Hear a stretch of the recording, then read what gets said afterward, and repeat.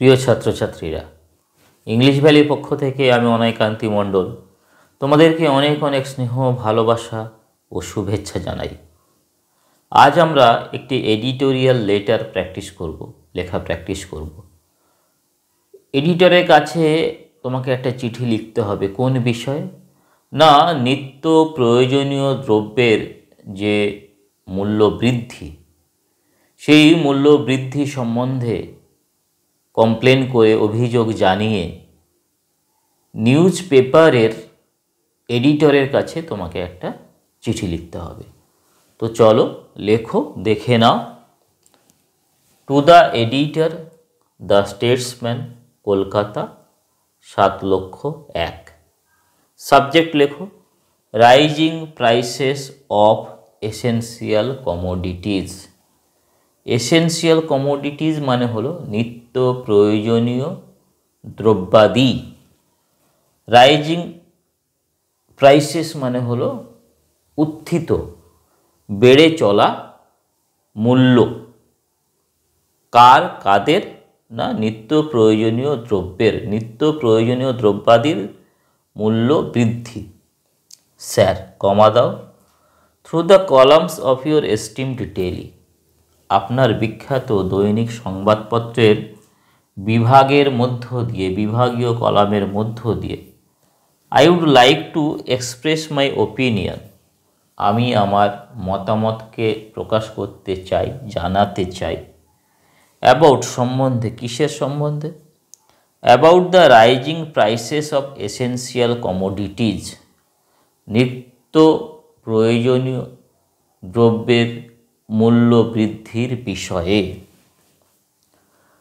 The price of everyday necessities, নিত্য প্রয়োজনীয় দৈনন্দিন যে প্রয়োজনীয় দ্রব্যাদি তার যে মূল্য, আর ইনক্রিজিং ডে বাই ডে, দিনের পর দিন বেড়ে চলেছে।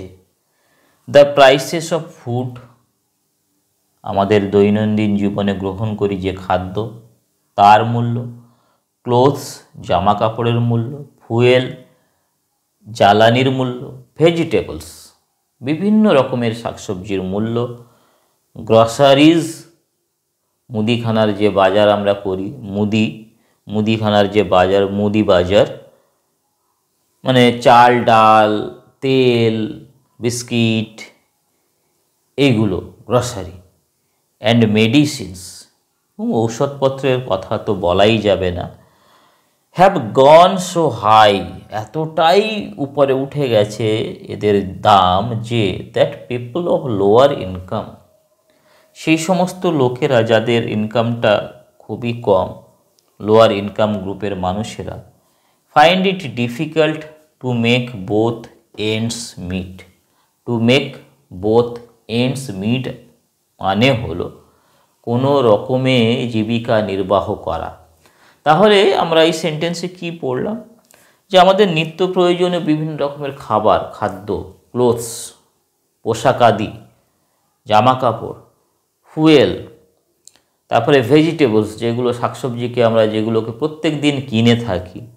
গ্রসারিজ, চাল, ডাল, আলু, তেল, এইগুলো, চিনি, এইগুলো। এবং মেডিসিনস, ওষুধপত্রের দাম এত বেড়ে গেছে যে লোয়ার ইনকাম গ্রুপের মানুষেরা, লোকজনেরা, তাদের ক্ষেত্রে জীবন জীবিকা নির্বাহ করাটাই, এই সমস্ত ব্যাপারগুলোকে মেনটেন করে জীবন জীবিকা নির্বাহ করা ব্যাপারটাই তাদের কাছে ভীষণ রকমভাবে কষ্টকর হয়ে দাঁড়িয়েছে। তারপরে দেখো, there are many causes behind this price hike, এই যে দ্রব্যমূল্য বৃদ্ধি, এর পিছনে কি কি কারণ রয়েছে, সেই কারণগুলো নিয়ে এবার আমরা একটা সেন্টেন্স লিখব। There are many causes behind this price hike, এই প্রাইস হাইকের পেছনে অনেক কারণ রয়েছে। কি কি সেই কারণগুলো? The greed of the businessman, greed মানে হলো লোভ।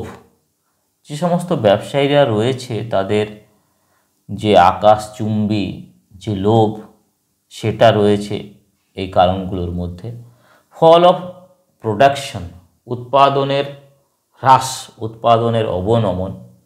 রাইজ ইন পপুলেশন জনসংখ্যা বৃদ্ধি, অ্যান্ড অ্যাবাভ অল এবং সর্বোপরি গভর্নমেন্ট পলিসিজ সরকারের যে পলিসিগুলো রয়েছে সেগুলো এই সমস্ত কারণগুলোর মধ্যে অন্যতম। Are some of them. It is also worth noting that, এটা আরও উল্লেখের দাবি রাখে যে that rationing system is also not fair, rationing সিস্টেমটাও কিন্তু ফেয়ার নয়, তার মধ্যে গলদ রয়েছে। আন্ডার দিজ সার্কামস্ট্যান্সেস, এমতো অবস্থায় আই রিকোয়েস্ট দ্য গভর্নমেন্ট, আমি সরকারকে অনুরোধ করছি, to take immediate stern steps, stern মানে হচ্ছে কড়া আর স্টেপ মানে হলো পদক্ষেপ। সরকারের কাছে আমি রিকোয়েস্ট করছি, অনুরোধ জানাচ্ছি, আবেদন করছি যে ইমিডিয়েট কঠিন কড়া পদক্ষেপ গ্রহণ করতে, to control this price hike, এই দ্রব্যমূল্য বৃদ্ধিকে নিয়ন্ত্রণ করার জন্য।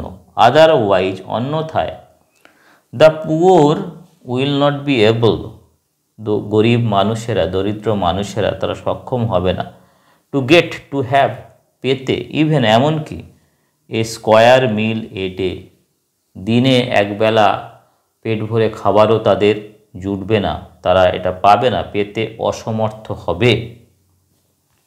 ইয়োর্স ফেথফুলি, তোমার নামটাকে লেখো, এপাশে ডেটটাকে দাও এবং প্লেসটাকে লেখো।